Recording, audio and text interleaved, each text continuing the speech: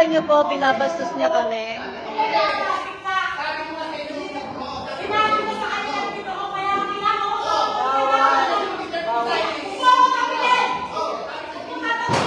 O, tignan niyo dito.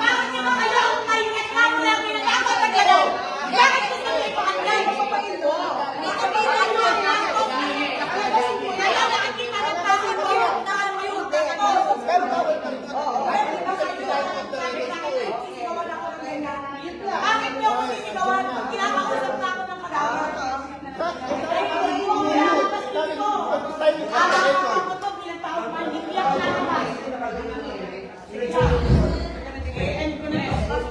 Wala naman pong problema, taong bayan, kaya nga po nakalive. Pero yung babastusin kami sa loob ng plenaryo bilang kagawad, mali po iyon.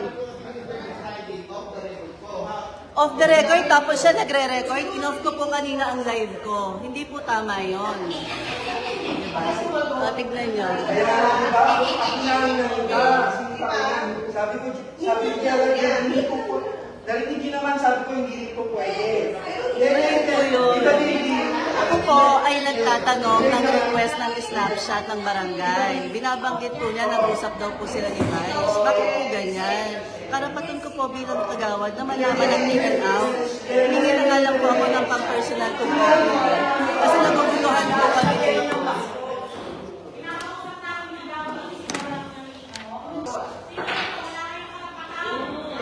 Naririnig niyo po.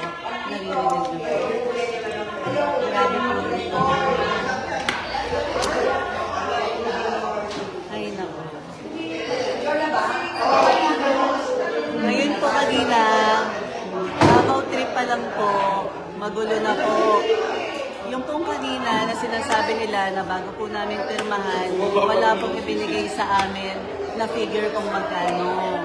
So, binabanggit nila na alam po namin nung pinirmahan namin yung aming pag-alis sa Davao. Ito po yun, ipapakita ko po yun. Ito lamang po ang ipinakita sa amin. Itong page lang na po ito. Kayo po ang mag-decide. May figure po ba kung magkano? Wala pong figure dyan. Kaya po ako'y pumirma. Dahil sa kagustuhan ko rin po na makasama sa Davao na seminar. Dahil patungkol po ito sa disaster. Ngayon po, nung nagkaroon, ito po ay pumirma ako noong September 24, ako po yung pinakalas. Di ba nagkaroon po tayo ng lindol, 7 point something magnitude.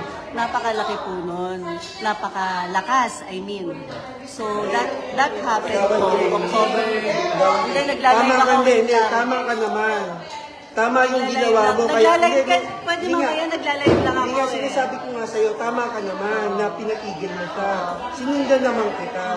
Kaya nga sabi ko kanina, ako na magpapalabas sa kanya. Actually, bago ka sumigaw, kung natabunan lang. Nagsisigawan niya. Oo, papalabasin ko na nga talaga naman siya. Inaano ko lang na pinatigil ko sa live mo. Oo, kaya pinatigil ko rin siya. Kaya nag-record siya. Kaya nga sabi ko hindi ko pwede, patayin mo yung live Oo, mo. tama yun. On the record lang. Tama yun. So, anyway, October 20, sorry. Magulo po dito. Ngayon, October po. Ayaw pong tumigil si Geraldine, no? Ayan po. Kaya nga sabi ko kay Geraldine, itigil niya. Kasi pinag-meaning yun eh. Inoff niya. So, Inoff ko. Inoff ko yung sa akin. Inoff ko.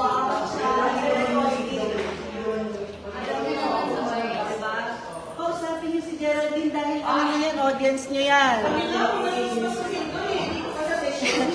Wala pang problema sa amin kahit sino audience. Ako nga po ay nag-i-invite ng mga taga-Rosario na manood ng live, hindi po ba? Pero kung ako po ay babastusin dito sa loob ng plenaryo, ay wag naman po. Okay lang yung mga social media na yan, hindi ko po pinapatulan yan. Pero yung harapan ko, hindi po ako papayag. Pasensya na po kayo mga kabarangay. Nakikita niyo po ang mga ugali nila. Magpapaalam na po ako. Mamaya po, ipopost ko po lahat yung aming mga supposed to be agenda na hindi natapos ngayong araw na to. At tsaka po yung tungkol sa Davao, ipapaliwanag ko po mamaya. Maraming salamat po. Magandang umaga po sa inyo. Ang po ng ating mga taga-barangay, hindi po nga po kami nakakasama sa mga programa, sa mga activities. Pinili niyong hindi sumama, kagawad. Dahil kaaway niyo lahat ng kagawad. Okay.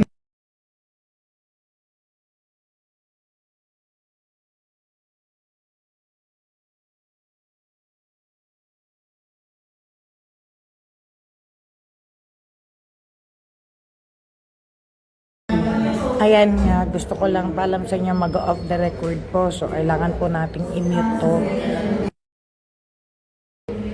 Tapos after nila ipa-off the record, tsaka ko uli i-unmute.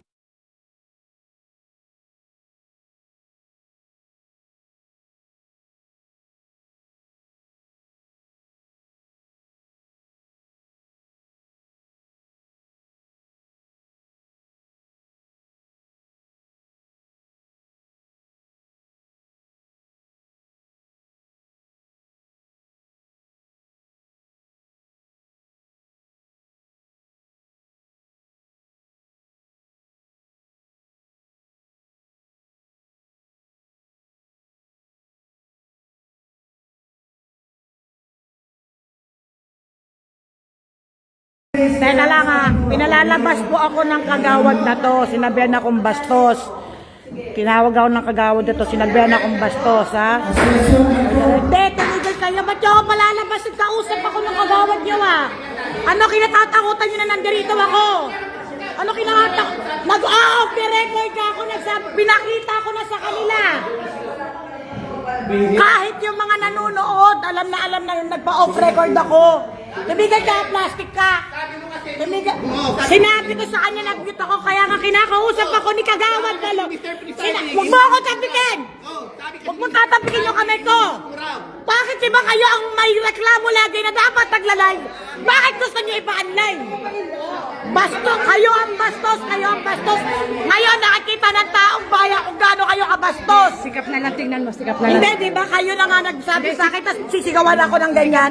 Bakit niyo ako sisigawan? Kinakausap na ako ng Kagawad. Ay, hindi po ako lalabas dito.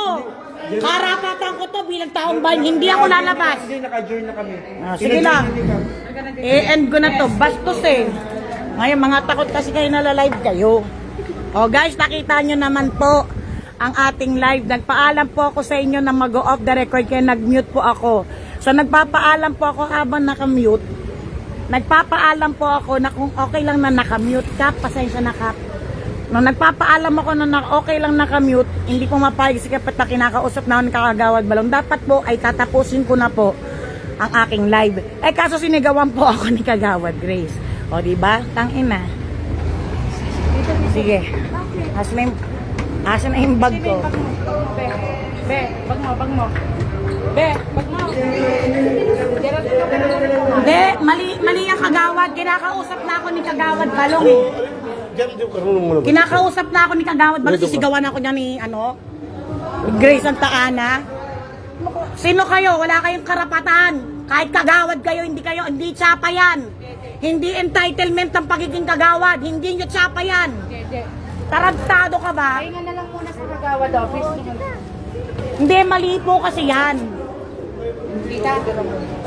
Nagpa-off the record si Cap. Nag-mute naman ako. Nagsabi ako, naka-live ako, kaya hindi ako pwedeng sabihin na sinungaling ng tao. Ngayon, sinabi ko kay Kapitan Cap, nag-mute po ako. Hindi po mahal si Kagawad Balong, kaya sabi niya, papatayin. Papatayin ko naman, kaso putang ina sinigawan ako. Grace ang Taana. Sisigaw, pasalamat siya, naka-mute nga eh. Kala niyo, papatayin ko tong live na to. Tangina niyo, takot na takot kayo pag sumasampa ako dito eh. Tangina niyo ha. Di ba sila tong mga kagawad na nagre-reklamo na kailangan naka-live?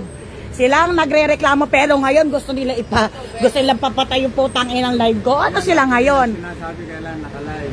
O di ba sila po nagsasabi na kailangan naka-live. O guys, nakita niyo naman kung paano ko ano yun, sigaw-sigaw pa. Kasama pa si Kagawad Ryan Seta, nakita niyo tinabig ang kamay ko. O diba bakit sila manggaganyan? Sila to putang inang kuda ng kuda sa City Hall na kailangan naka-live ang ating session. Ngayon nagla-live ako, putang ina, gusto nila akong pa off the record. Putang inang yan. Magkasuhan na lang kami. Matatapang lang kasi ang mga yan dahil magkakatabi. Subukan mong pag-iwahiwalayin yung mga yan kung di yan mubra. Yung tapang nyo kasi magkakatabi. Bastos ka! Hindi ako, pasagutin nyo lang ako. Pasagutin nyo lang ako. Kinakausap na ako ni Kagawad Balong. Naka-live ako, naririnig ng tao na nag-request na mag-mute dahil off the record. Ngayon, nagpapaalam ako doon. Sila to reklamo sa City Hall na dapat naka-live eh. O ngayon, magpapa-off the record din, mga bugo. Tangina nyo. Eh, ba't totoo naman ah? Sila tong, o yan ha? Kayo na po ang opisyal na nakakita ng kabastusan ng mga kagawad namin dito. Kasi ako to eh. Diba? Sila tong reklamo na kailangan naka-live. Pero ngayon, bigla kang palalabasin. Bakit? Anong kinatatakutan nyo? Nagpaalam ako ng maayos na mag-mute ako na sinabing off the record. Kahit nakamute ako. Diba? Nakamute ako. O hindi pa mapayag si Kap, kaya papatayin ko po ang aking live. Eh kaso puta, sinigawan ako ng Grace ng Taanan nung nakamute ako. Kinakausap na ako ni Kagawad Balong. At di ngayon, kung gusto nila ng bastusan, ngayon nila patunayan sa City Hall na talagang gusto nila naka-live session. Diba? Ngayon nila patunayan. Yung nirereklamo nila kay Kila Volta at saka dyan sa mayor, sa kay Kila Dodot, tangina ninyo, ngayon nyo sabihin sa akin na totoo yung requesting nyo. O ngayon, nilalive ko kayo po, tangina nyo, dami yung reklamo, mga hinayupak kayo. Kahit magsama-sama kayong tatlo. Anong ikakaso nyo sa akin bilang taong bayan? Diyos ko, nakakahiya kayo, live na live, nakikita ng taong bayan yung kawalang hiyaan ninyo. Hindi ko papatayin tong camera ko, hanggat hindi bumababa yung tatlong bobo na to. Sobra po kasi silang gigil sa akin. Dahil kung papansinin niyo po, sunod-sunod po, previously, sunod-sunod po, ang pambabatikos ko sa kanila. Lalo na ngayon triggered po sila dahil ni-live ko po yung tungkol sa witness namin. At nang sinabihan ko sila ng mahirap makatulog. Nakakatulog pa kaya itong mga animal na to? Baka kulang na to sa tulog eh, maiintag ulo. Kasi ako payapa ang tulog ko eh. Tapos tinabig po yung kamay ko ni Kagawad Ryan Zeta. Ang tatapang nila kasi magkakasama. Tinawa pag mag-isa lang yan, hindi makakibo. Mga putang ina. One-on-one na harapan, di ako makibo ng mga hindi makatingin sa akin yan. Diba? Well anyway, napapaya kasi ang unang-una na sinabi ko, ang nag-aalam ng witness namin, ng address ng bahay ng witness namin ay si Kagawad Ryan Zeta. Ayan na, alam nyo na ha. Oh, natataranta kayo kasi hindi pa ako nag-name drop po sino nag-aalam ng address. Gigil na kayo sa akin. Alam nyo, anytime soon ilalabas ko yan. Well then, good luck sa inyo. At least for the record, may record ako.